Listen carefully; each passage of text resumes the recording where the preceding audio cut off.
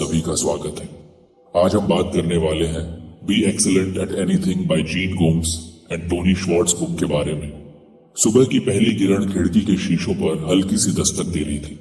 कमरे में एक अजीब सी शांति थी, सिर्फ पंखे की धीमी आवाज और घड़ी की टिक टिक सुनाई दे रही थी। रोहित अपनी पुरानी वुडन चेयर पर बैठा, हाथ में कॉफी का मग ली, सामने रखी किताब को घूर रहा था। किताब का नाम था बी एक्सीलेंट एट एनीथिंग और यह पहली बार नहीं था जब उसने इसे पढ़ने की कोशिश की थी। लेकिन आज कुछ अलग था। शायद ये मौसम का असर था, या शायद उसका थक चुका दिमाग किसी क्लैरिटी की तलाश में था। पिछले कुछ महीनों से रोहित की जिंदगी एक ही ट्रैक पर चल रही थी, मोर, बिगर, फास्टर। हर सुबह उसकी टू डू लिस्ट लंबी होती जाती, डेडलाइंस कभी खत्म नहीं होती और वीकेंड्स काम के बोझ तले दबे हुए होते। वह अक्सर खुद से पूछता, क्या मैं सच में आगे बढ़ रहा हूं या बस एक ट्रेडमिल पर भाग रहा हूं? लेकिन जवाब कभी नहीं मिला। आज उसने ठान लिया था कि वो इस किताब को पढ़ेगा और शायद इससे कुछ आंसर्स मिल जाए। उसने किताब खोली और पहला लेसन पढ़ना शुरू किया। Shift from more, bigger, faster to sustainable performance. ये क्या है? उसने खुद से बड़बड़ाते हुए पढ़ना जारी रखा। किताब में लिखा था कि मॉडर्न वर्क प्लेसेस में कांस्टेंट प्रोडक्टिविटी की डिमांड ने बर्नआउट को बढ़ावा दिया है।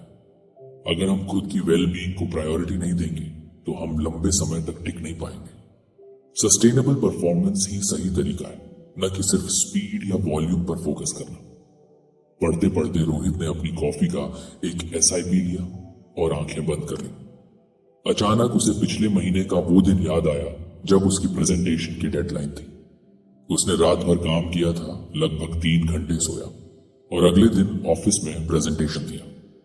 हाँ, उसे तारीफ मिली थी, लेकिन उसके पीछे छुपी एग्जॉस्शन किसी ने नहीं देखी। क्या यही मेरी जिंदगी है? उसने खुद से पूछा। किताब पढ़ते हुए उसने महसूस किया कि यह लेसन सिर्फ ऑफिस के लिए नहीं था, बल्कि उसकी पूरी लाइफ पर अप्लाई होता था। उसे याद आया कि कैसे उसने अपने दोस्तों को इग्नोर करना शुरू कर दिया था, कैसे जिम की मेंबरशिप लेने के बाद एक बार भी वहां नहीं गया, और यहां तक कि अपनी मां के कॉल का जवाब देने में भी उसे समय लग जाता था। किताब ने उसे पॉज करने पर मजबूर कर दिया। उसमें एक लाइन लिखी थी, take a step back and ask yourself, is the life you're building worth the cost? यह सवाल सीधे उसके दिल को छू गया। उसने किताब को बंद किया और बैल्कनी में चला गया। बाहर हल्की धूप थी और उसके सामने पार्क में कुछ बच्चे फुटबॉल खेल रहे थे। उनकी एनर्जी देखकर उसे कुछ सी जेलसी हुई। वो सोचने लगा कि बच्चे कितने फ्री और हैप्पी लगते हैं। उन्हें किसी डेडलाइन, किसी रेस की परवाह नहीं होती। पर मैं तो बच्चा नहीं हूं, उसने खुद को समझाने की कोशिश की। मुझे काम करना है, पैसे कमाने हैं, फ्यूचर सिक्योर करना है। लेकिन फिर उसके अंदर एक दूसरा सवाल उठा, क्या फ्यूचर सिक्योर करने के चक्कर में मैं अपना प्रेजेंट खो रहा हूं? रोहित ने बैल्कनी में खड़े खड़े एक डिसीजन लिया। उसने सोचा कि वो अपने दिन को कुछ बैलेंस करेगा। वो अपनी प्रोडक्टिविटी और वेल बीइंग के बीच हार्मनी बनाने की कोशिश करेगा। उसने खुद से एक प्रॉमिस किया कि आज का दिन कुछ अलग होगा। वापस कमरे में आकर उसने किताब को फिर से खोला। उसने पढ़ा कि सस्टेनेबल परफॉर्मेंस का मतलब है अपने एनर्जी लेवल्स को मैनेज करना। ये सिर्फ फिजिकल एनर्जी नहीं, बल्कि इमोशनल और मेंटल एनर्जी का भी बैलेंस है। उसने खुद से पूछा, मैंने अपनी इमोशनल एनर्जी को कब रिचार्ज किया था? उसका जवाब उसे खुद ही पता था, बहुत समय पहले। शाम को रोहित ने अपने पुराने दोस्त अंशुल को कॉल किया। वो वही अंशुल था जिसके साथ वो कॉलेज के दिनों में घंटों बातें करता था। लेकिन पिछले 3 सालों में उनकी बात बस फेस्टिवल्स या बर्थडेज तक सीमित हो गई थी। अरे रोहित, तूने कॉल कैसे कर लिया भाई? अंशुल की आवाज में सरप्राइज था। बस यार, रैंडमली सोचा बात कर लूं। कैसे हो? ठीक हूं यार, तू सुना? तू तो बड़ा बिजी हो गया है आजकल। हाँ यार, सही बोल रहा है। बस जिंदगी में कुछ बैलेंस लाने की कोशिश कर रहा हूं। अंशुल हंसने लगा। बैलेंस? ये शब्द तेरे मुंह से सुनकर तो मैं शॉक हूं। क्या बात है? कुछ नहीं यार, एक किताब पढ़ रहा था। उसी में लिखा था कि हमेशा मोर, बिगर, फास्टर के पीछे भागने से बेटर है कि कुछ सस्टेनेबली जिया जाए। सही बात है। वैसे कौन सी किताब है? Be excellent at anything. अच्छा, मैंने भी सुना है इसके बारे में। कैसा लग रहा है पढ़कर? अभी तो बस पहला लेसन पढ़ा है, लेकिन ऑनेस्टली लग रहा है कि शायद मैंने कुछ चीजें गलत तरीके से की हैं। गलत नहीं रोहित, बस पर्सपेक्टिव बदलने की बात है। उस शाम दोनों ने घंटों बातें की। अंशुल ने बताया कि कैसे उसने पिछले साल अपनी जॉब क्विट की थी क्योंकि वो खुद भी बर्नआउट का शिकार हो गया था। उसने अब एक छोटे स्टार्टअप में काम करना शुरू किया था जहां वर्कलोड कम था और क्रिएटिविटी के लिए स्पेस ज्यादा था। रोहित को ऐसा लगा जैसे वो खुद को अंशुल की कहानी में देख रहा हो। उसने सोचा कि शायद उसे भी अपने लाइफ गोल्स को कुछ रीडिफाइन करना चाहिए। रात को सोने से पहले उसने एक डायरी निकाली। उसने उस पर लिखा, 1, मैं अपनी वेलबींग को प्रायोरिटी दूंगा। 2, मैं हर हफ्ते कम से कम एक दिन सिर्फ अपने लिए रखूंगा। 3, मैं अपने रिलेशनशिप्स पर काम करूंगा। उसने डायरी बंद की। अगर आपको हमारी फ्री समरी अच्छी लगती है तो आप हमारे चैनल को सब्सक्राइब कर सकते हैं, हमारी मेंबरशिप खरीद सकते हैं या हमें यूपीआई के थ्रू सपोर्ट कर सकते हैं। अब समरी पर वापस चलते हैं। लेकिन उसके दिमाग में किताब के अगले लेसन्स को पढ़ने की क्यूरियोसिटी थी।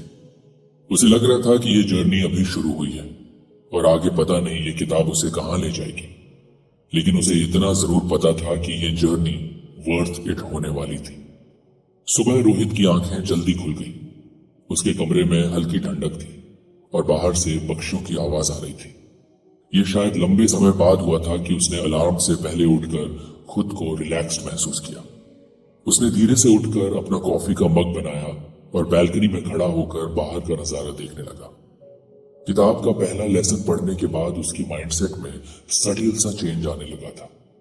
वो अब खुद को ज्यादा अवेयर महसूस कर रहा था। अचानक उसकी नजर टेबल पर पड़ी उस किताब पर गई। उसने मुस्कुराते हुए कहा, चलो देखते हैं आज ये किताब मुझे और क्या सिखाती है। किताब खोलते ही उसने दूसरा लेसन पढ़ा, the 4 keys to transformation. Body सबसे पहले इसमें लिखा था कि पर्सनल और प्रोफेशनल एक्सीलेंस की शुरुआत बॉडी से होती है। हमारे फिजिकल हेल्थ का सीधा कनेक्शन हमारे प्रोडक्टिविटी और हैप्पीनेस से है। प्रॉपर न्यूट्रिशन और रेगुलर एक्सरसाइज जरूरी है। उसने जोर से पढ़ा। रोहित को तुरंत अपने अनहेल्थी हैबिट्स याद आ गए। सुबह ब्रेकफास्ट करना तो उसने लगभग बंद ही कर दिया था। फास्ट फूड और कॉफी ही उसकी ऊर्जा का सोर्स बन गए थे। जिम की मेंबरशिप उसने एंथुजियाज्म में ली थी, लेकिन उसके पास टाइम नहीं था। उसने महसूस किया कि उसकी बॉडी सिग्नल्स दे रही थी। वो हमेशा टायर्ड महसूस करता था, पीठ में दर्द रहता था और कभी कभी सिर दर्द भी। शिट, ये तो मैं ही हूं, उसने खुद से कहा। उसने किताब को बंद किया और सोचा कि अब एक्सक्यूजेस बंद करने का वक्त आ गया है। उसने आज ही सुबह जॉग पर जाने का प्लान बनाया। जॉगिंग शूज पहनकर वो पार्क चला गया। शुरुआत में हर कदम भारी लग रहा था, लेकिन कुछ देर बाद उसे मजा आने लगा। दौड़ते हुए उसने महसूस किया कि उसका दिमाग क्लियर हो रहा था। उसने सोचा, शायद यही किताब का पहला पॉइंट था, अपनी बॉडी को रिचार्ज करना। वापस आकर उसने पहली बार खुद के लिए प्रॉपर ब्रेकफास्ट बनाया। उसने अपना फोन उठाया और गूगल पर हेल्थी मील्स ढूंढने लगा। वो जानता था कि ये चेंजेस ओवरनाइट नहीं होंगे, लेकिन एक शुरुआत तो हो ही गई थी। इमोशंस, दूसरे पॉइंट में इमोशंस की बात थी। इसमें लिखा था कि इमोशनल रेजिलियंस बनाना उतना ही जरूरी है जितना फिजिकल हेल्थ। स्ट्रेस को मैनेज करना और पॉजिटिव रिलेशनशिप्स मेंटेन करना हमारे ओवरऑल वेलबींग के लिए इंपॉर्टेंट है।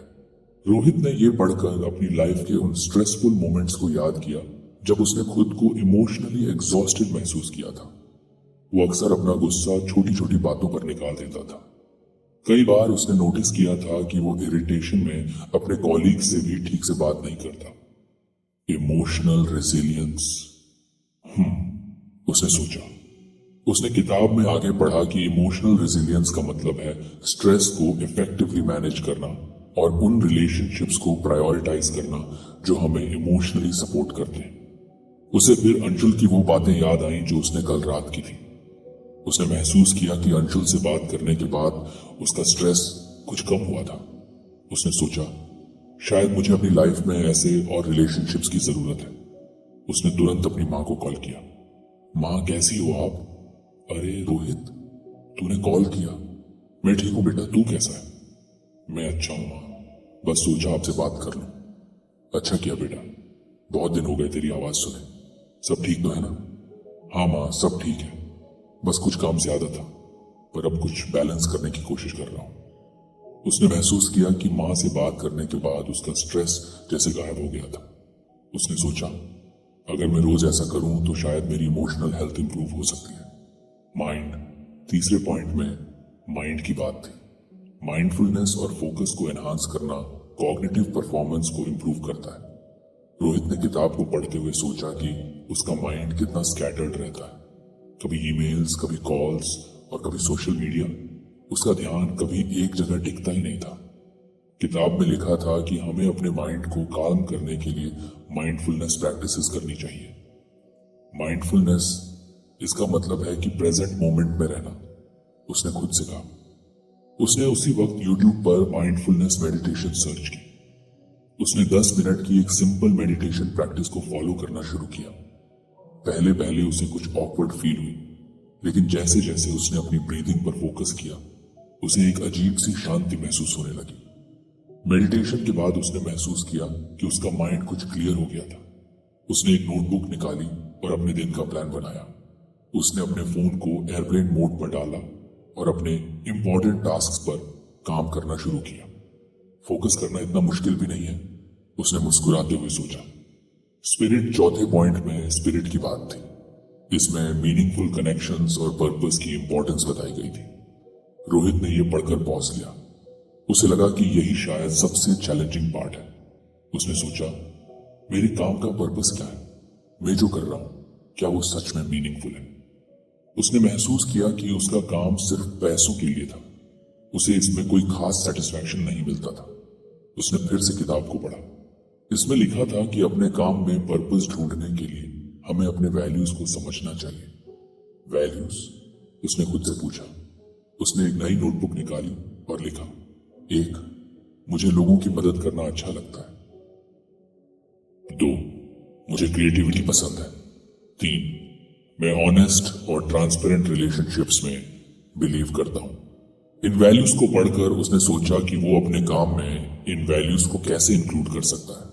उसे याद आया कि ऑफिस में एक जूनियर अक्सर उसके पास गाइडेंस के लिए आता था। उसने सोचा कि अगर वो अपने जूनियर्स को मेंटोर करे तो शायद उसे अपने काम में कुछ पर्पस मिलेगा। उसी दिन उसने अपने जूनियर सुमित को कॉल किया। सुमित, अगर तुम्हें कभी किसी प्रोजेक्ट में हेल्प चाहिए तो बेझिझक मुझसे पूछ लेना, मैं हमेशा उपलब्ध हूं। सुमित ने खुशी से कहा, धन्यवाद सर, यह सुनकर अच्छा लगा। उस शाम रोहित ने महसूस किया कि उसने पहली बार अपने काम में सेटिस्फैक्शन महसूस किया था। उसने सोचा कि मीनिंगफुल कनेक्शंस और पर्पस बस ऐसे ही धीरे धीरे बनेंगे।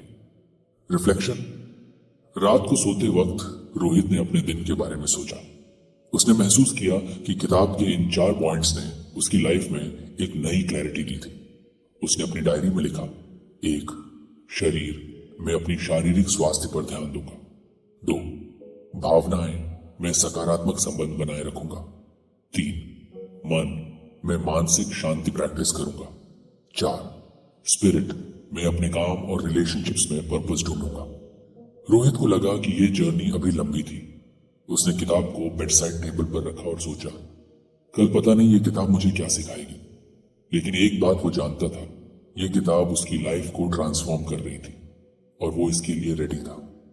सुबह का वक्त था, लेकिन आज रोहित अपनी किताब पढ़ने से पहले कुछ शांत महसूस कर रहा था। पिछले 2 दिनों में जो उसने सीखा था, उसका असर उसकी दिनचर्या में धीरे धीरे दिखने लगा था।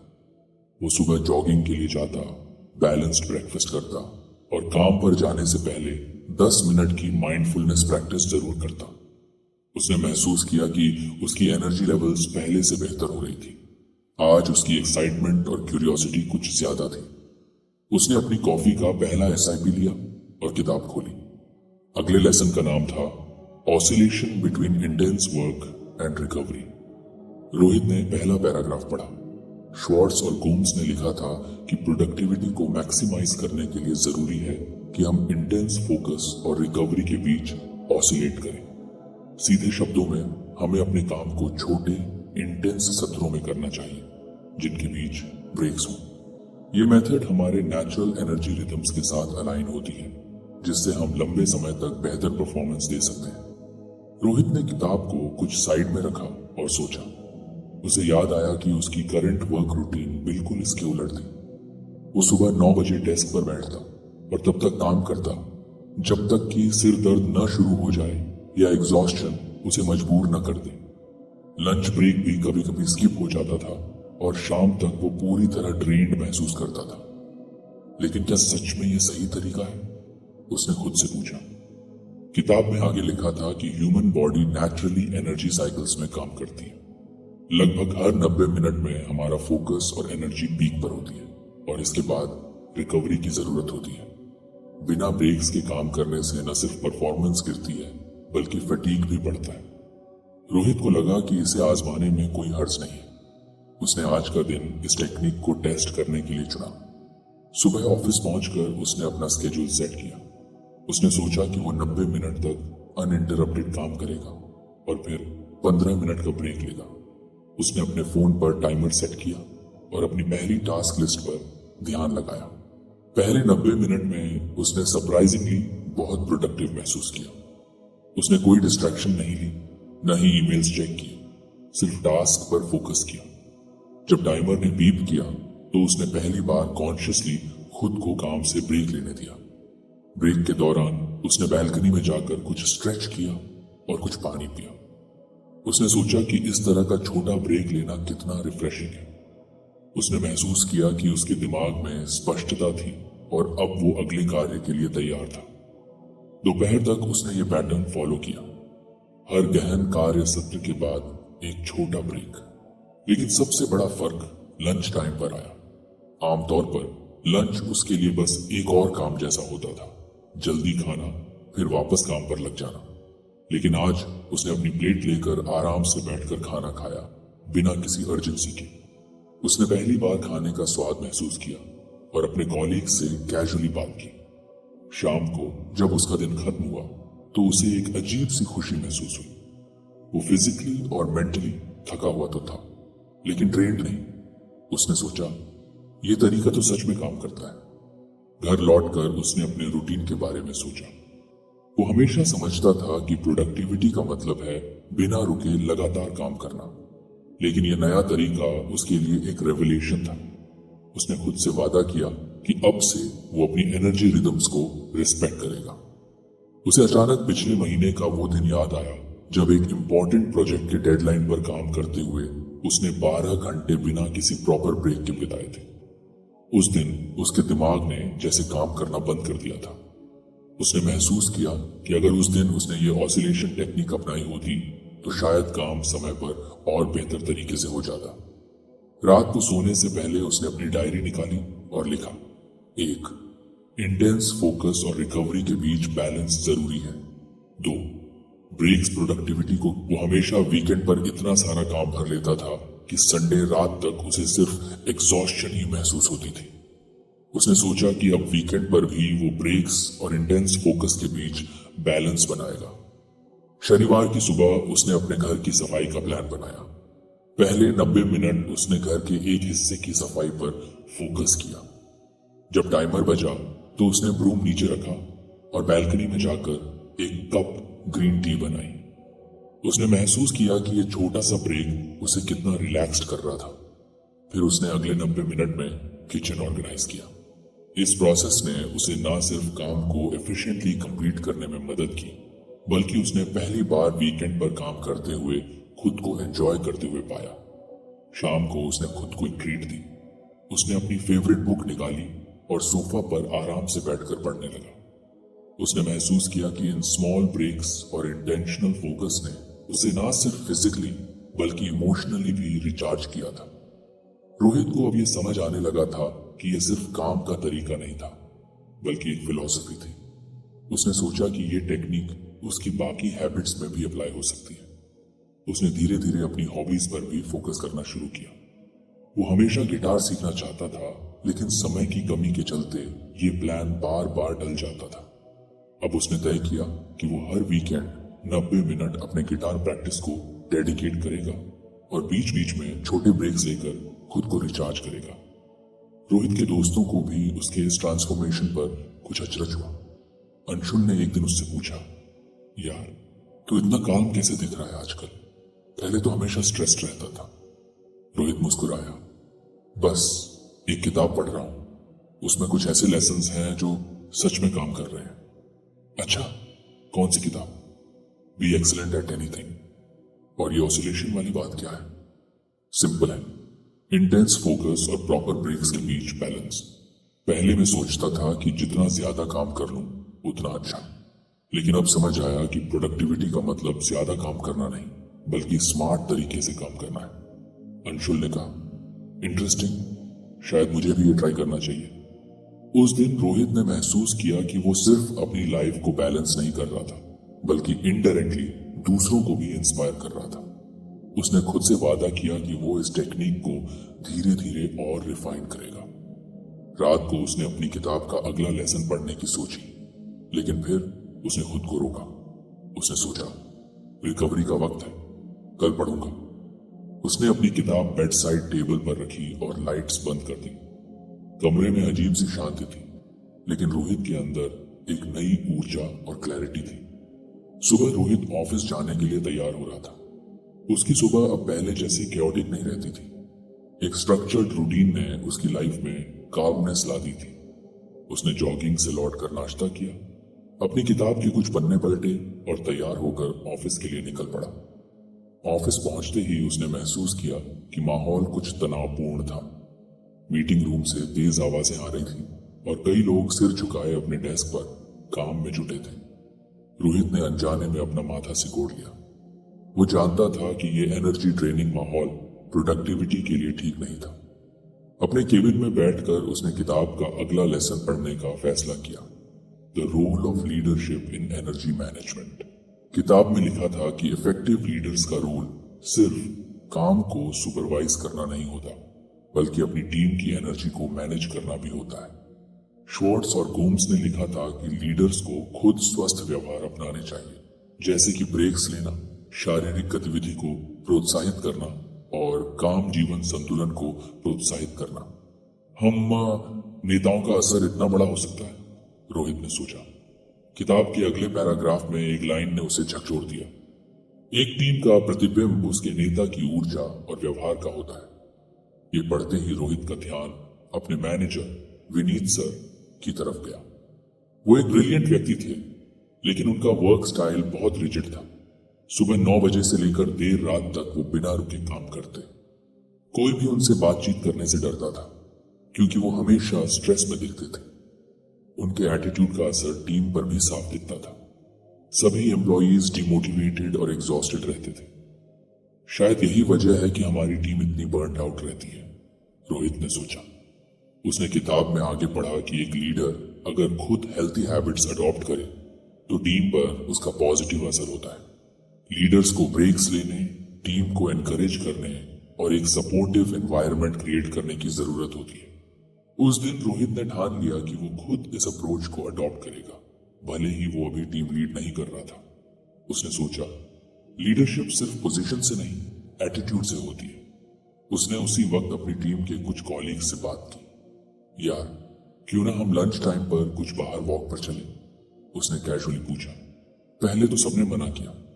अरे, इतना काम पड़ा है, समय कहाँ है? एक कॉलीग ने कहा। लेकिन रोहित ने इंसिस्ट किया, बस 10 से 15 मिनट की बात है। वैसे भी लगातार काम करके कोई फायदा नहीं होगा। कुछ फ्रेश होकर आएंगे तो काम जल्दी होगा। आखिरकार 4 लोग तैयार हो गए, सभी ऑफिस के पास वाले मुझे लगा था समय बर्बाद होगा, लेकिन मुझे सच में फर्क महसूस हो रहा है, रोहित ने मुस्कुरा कर कहा। शायद यही किताब का असर है। उसने महसूस किया कि लीडरशिप का मतलब सिर्फ बड़े बड़े डिसीजंस लेना नहीं होता, बल्कि छोटे छोटे जेस्चर से भी माहौल बदला जा सकता है। अगले दिन एक और मौका आया। उनकी टीम पर एक अर्जेंट प्रोजेक्ट का दबाव था। विनीत सर ने सुबह ही कह दिया था कि काम आज किसी भी हाल में पूरा होना चाहिए। पूरे दिन टीम पर स्ट्रेस बना रहा, लेकिन रोहित ने खुद को काम रखा। जब दोपहर के बाद टीम के कुछ मेंबर्स विजिबली थके हुए दिखने लगे तो रोहित ने सॉफ्टली कहा, चलो 10 मिनट के लिए सब लोग ब्रेक लें, चाय कॉफी पीते हैं और कुछ देर बातें करते हैं। पहले तो सबने मना किया, नहीं यार, टाइम नहीं है, किसी ने कहा। लेकिन रोहित ने समझाया, अगर हम ऐसे ही काम करते रहे तो परफॉर्मेंस गिर जाएगी। 10 मिनट में कुछ नहीं बिगड़ेगा, ट्रस्ट मी। धीरे धीरे सब मान गए। ब्रेक के दौरान रोहित ने माहौल हल्का करने के लिए एक मजेदार किस्सा सुनाया। सब लोग हंसने लगे और एक पल के लिए स्ट्रेस गायब हो गया। जब टीम वापस काम पर लौटी तो सभी की एनर्जी नोटिसेबली बेटर थी। शाम को जब प्रोजेक्ट पूरा हुआ तो विनीत सर ने टीम की तारीफ की। Good job everyone, I didn't expect this level of focus under pressure, उन्होंने कहा। रोहित ने मन ही मन सोचा, शायद ब्रेक लेने और एनर्जी मैनेज करने का यही असर है। उसने ये भी नोटिस किया कि विनीत सर की रिजिड बिहेवियर का असर टीम पर कितना गहरा था। उसे लगा कि अगर लीडर्स खुद अपने वर्क स्टाइल में बदलाव लाएं तो टीम का परफॉर्मेंस कितना बेहतर हो सकता है। अगले कुछ दिनों में रोहित ने लीडरशिप के इन प्रिंसिपल्स को और एक्सप्लोर करना शुरू किया। उसने महसूस किया कि एक अच्छा लीडर सिर्फ काम का प्रेशर नहीं डालता, बल्कि अपने टीम मेंबर्स की वेलबीइंग का भी ख्याल रखता है। एक दिन उसने अपनी टीम के जूनियर सुमित को देखा। वो चुपचाप अपने डेस्क पर बैठा था और काफी स्ट्रेस्ड लग रहा था। रोहित उसके पास गया। क्या हुआ सुमित, सब ठीक तो है? सुमित ने सिर उठाकर कहा, सर बस काम कुछ ज्यादा है, समझ नहीं आ रहा कि कैसे मैनेज करूं। रोहित ने मुस्कुराते हुए कहा, चलो मैं तुम्हें एक ट्रिक बताता हूं। काम को छोटे हिस्सों में डिवाइड करो। पहले 90 मिनट सिर्फ सबसे इंपॉर्टेंट टास्क पर फोकस करो और फिर 10 मिनट का ब्रेक लो। इससे ना सिर्फ तुम्हारा काम जल्दी होगा, बल्कि तुम स्ट्रेस फ्री भी महसूस करोगे। सुमित ने यह टेक्निक अपनाई और कुछ ही दिनों में उसका परफॉर्मेंस इंप्रूव होने लगा। रोहित को इस बात से खुशी हुई कि उसने लीडरशिप के प्रिंसिपल्स को अपने स्तर पर लागू किया था। उसने महसूस किया कि लीडरशिप का मतलब सिर्फ पावर और अथॉरिटी नहीं, बल्कि इंस्पिरेशन और सपोर्ट है। एक दिन विनीत सर ने खुद रोहित को बुलाया। रोहित, मैंने नोटिस किया है कि पिछले कुछ दिनों में टीम का माहौल कुछ बदल गया है। लोग ज्यादा मोटिवेटेड लग रहे हैं। तुम कुछ अलग कर रहे हो क्या?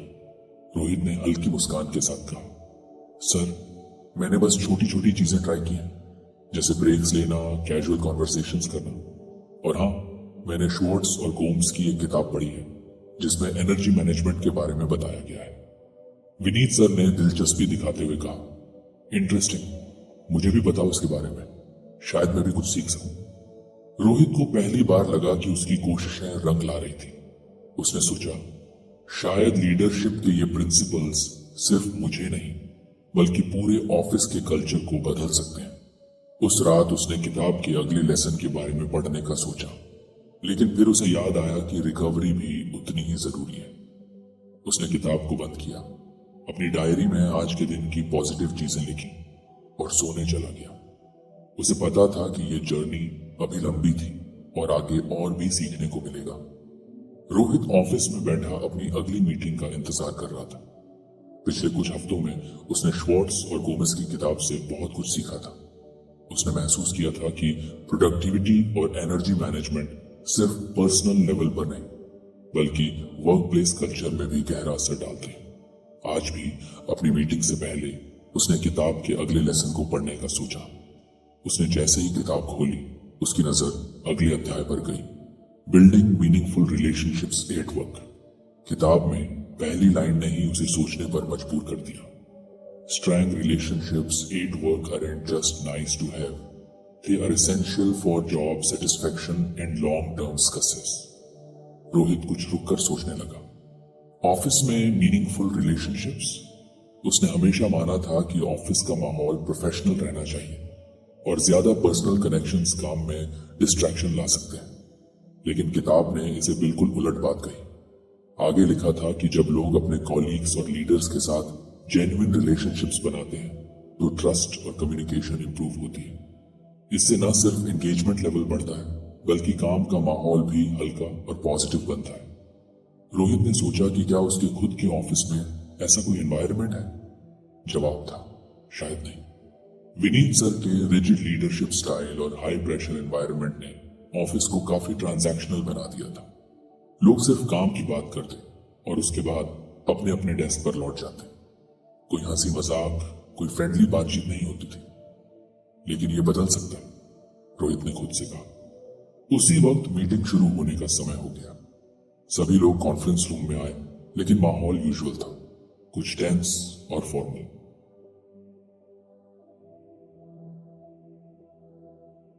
रोहित ने देखा कि टीम के लोग बस काम की बातें कर रहे थे और कोई भी एक दूसरे से कैजुअली इंटरेक्ट नहीं कर रहा था। उसने सोचा कि शायद यहीं से शुरुआत की जा सकती है। मीटिंग खत्म होने के बाद रोहित ने कैजुअली अपनी टीम से कहा, चलो यार, आज लंच एक साथ करते हैं। पहले तो सबने कुछ हिचकिचाया। इतना काम पड़ा है रोहित, अभी टाइम नहीं है, एक कॉलीग ने कहा। लेकिन रोहित ने इंसिस्ट किया, बस 30 मिनट की बात है। वैसे भी साथ में खाना खाएंगे तो शायद काम की भी कुछ नई स्ट्रैटेजीज निकल आए। कुछ परसुएशन के बाद 4-5 लोग तैयार हो गए। सबने कैंटीन में एक टेबल शेयर की। शुरुआत में बातचीत कुछ ऑकवर्ड थी, लेकिन धीरे धीरे माहौल हल्का होने लगा। किसी ने मजाक में कहा, यार, रोज का प्रेशर हमें कितना खामोश कर देता है। आज तो लगता है सच में सांस ले रहे हैं। रोहित ने यह सुनकर हल्के से मुस्कुराया। उसने महसूस किया कि एक छोटी सी कोशिश से माहौल कितना बदल सकता है। लंच के बाद टीम के कई लोग विजिबली रिलैक्स्ड। एक कॉलीग नेहा ने रोहित से कहा, थैंक्स यार, ये आइडिया अच्छा था। मुझे नहीं पता था कि ऑफिस में कुछ कैजुअल होकर भी काम बेहतर हो सकता है। उस शाम रोहित ने अपनी किताब फिर से खोली और अगले हिस्से पर ध्यान दिया। श्वार्ट्ज और गोमेज ने लिखा था कि लीडर्स को जेन्युइन इंटरेस्ट दिखाना चाहिए अपने टीम मेंबर्स की वेलबीइंग में। इसका मतलब सिर्फ फॉर्मल चेक-इन्स नहीं, बल्कि एक ऐसा एनवायरनमेंट बनाना है जहां लोग फ्रीली अपनी बातें रख सकें। कैसे किया जाएगा? रोहित ने खुद से पूछा। अगले कुछ दिनों में उसने अपनी टीम के साथ स्मॉल स्टेप्स लेना शुरू किया। वो हर दिन किसी एक टीममेट के पास जाकर कैजुअली बातचीत करता। वो सिर्फ काम की नहीं, बल्कि उनके पर्सनल इंटरेस्ट्स, हॉबीज और चैलेंजेस के बारे में पूछता। नेहा, तुम्हें वीकेंड्स पर क्या करना पसंद है? उसने एक दिन पूछा। नेहा ने कुछ हैरानी से देखा। अरे, मुझे पेंटिंग पसंद है, लेकिन अब तो टाइम ही नहीं मिलता। अच्छा, तुम पेंट करती हो? कभी हमें भी दिखाना अपनी पेंटिंग्स। शायद ऑफिस में एक छोटा आर्ट शो कर सकते हैं, रोहित ने कहा। नेहा यह सुनकर मुस्कुराई। उसे लगा कि कोई सच में उसकी इंटरेस्ट्स को इंपॉर्टेंस दे रहा था। धीरे धीरे रोहित की छोटी छोटी बातचीत ने ऑफिस में सटल बदलाव लाना शुरू कर दिया। टीम के लोग अब आपस में ज्यादा इंटरेक्ट करने लगे। ब्रेक टाइम्स पर जोक्स सुनाई देने लगे और एक पॉजिटिविटी का माहौल बनने लगा। एक दिन रोहित ने देखा कि सुमित, जो हमेशा इंट्रोवर्टेड रहता था, ने खुद इनिशिएटिव लेकर नेहा से एक प्रोजेक्ट की सलाह मांगी। ये देखकर रोहित को सच में खुशी हुई। उसने महसूस किया कि मीनिंगफुल रिलेशनशिप्स का असर काम की क्वालिटी पर भी दिखने लगा था। लेकिन सबसे बड़ा बदलाव तब हुआ जब विनीत सर ने एक दिन टीम मीटिंग के दौरान पूछा, रोहित, मैंने नोटिस किया है कि पिछले कुछ हफ्तों में टीम ज्यादा कोलैबोरेटिव और मोटिवेटेड लग रही है। तुम क्या अलग कर रहे हो? रोहित ने विनीत सर को श्वार्ट्ज और गोमेज की किताब के बारे में बताया। सर, मैंने बस ये सीखा है कि रिलेशनशिप्स मैटर करते हैं। अगर लोग एक दूसरे पर भरोसा करते हैं और फ्रीली कम्युनिकेट करते हैं तो काम भी बेहतर होता है। विनीत सर ने ध्यान से सुना और कहा, इंटरेस्टिंग, शायद हमें पूरे ऑफिस में इसे अप्लाई करना चाहिए। रोहित के लिए ये एक बड़ी बात थी। उसने महसूस किया कि एक छोटी सी शुरुआत ने कैसे पूरे ऑफिस के कल्चर को इम्पैक्ट करना शुरू कर दिया था। उस शाम जब वो घर लौटा, उसने अपने लैपटॉप पर कुछ नोट्स बनाए। 1, जेन्युइन इंटरेस्ट दिखाना ही मीनिंगफुल रिलेशनशिप्स का पहला कदम है। 2, ट्रस्ट और ओपन कम्युनिकेशन सिर्फ काम को नहीं, बल्कि मोराल को भी इंप्रूव करते हैं। 3, एक पॉजिटिव वर्कप्लेस कल्चर तभी बनता है जब हर कोई एक दूसरे को सपोर्ट करे। उसे अब इस बात का इंतजार था कि अगले दिन वो इस लेसन को और गहराई से एक्सप्लोर करेगा। उसने महसूस किया कि श्वार्ट्ज और गोमेज की बातें सिर्फ प्रिंसिपल्स नहीं थी, बल्कि रियल लाइफ में इन्हें अपनाने से सच में फर्क आता था। तो फ्रेंड्स, ये थी हमारी आज की बुक समरी। आपको कैसी लगी कमेंट करके जरूर बताएं और धन्यवाद आपका समरी एंड तक सुनने के लिए।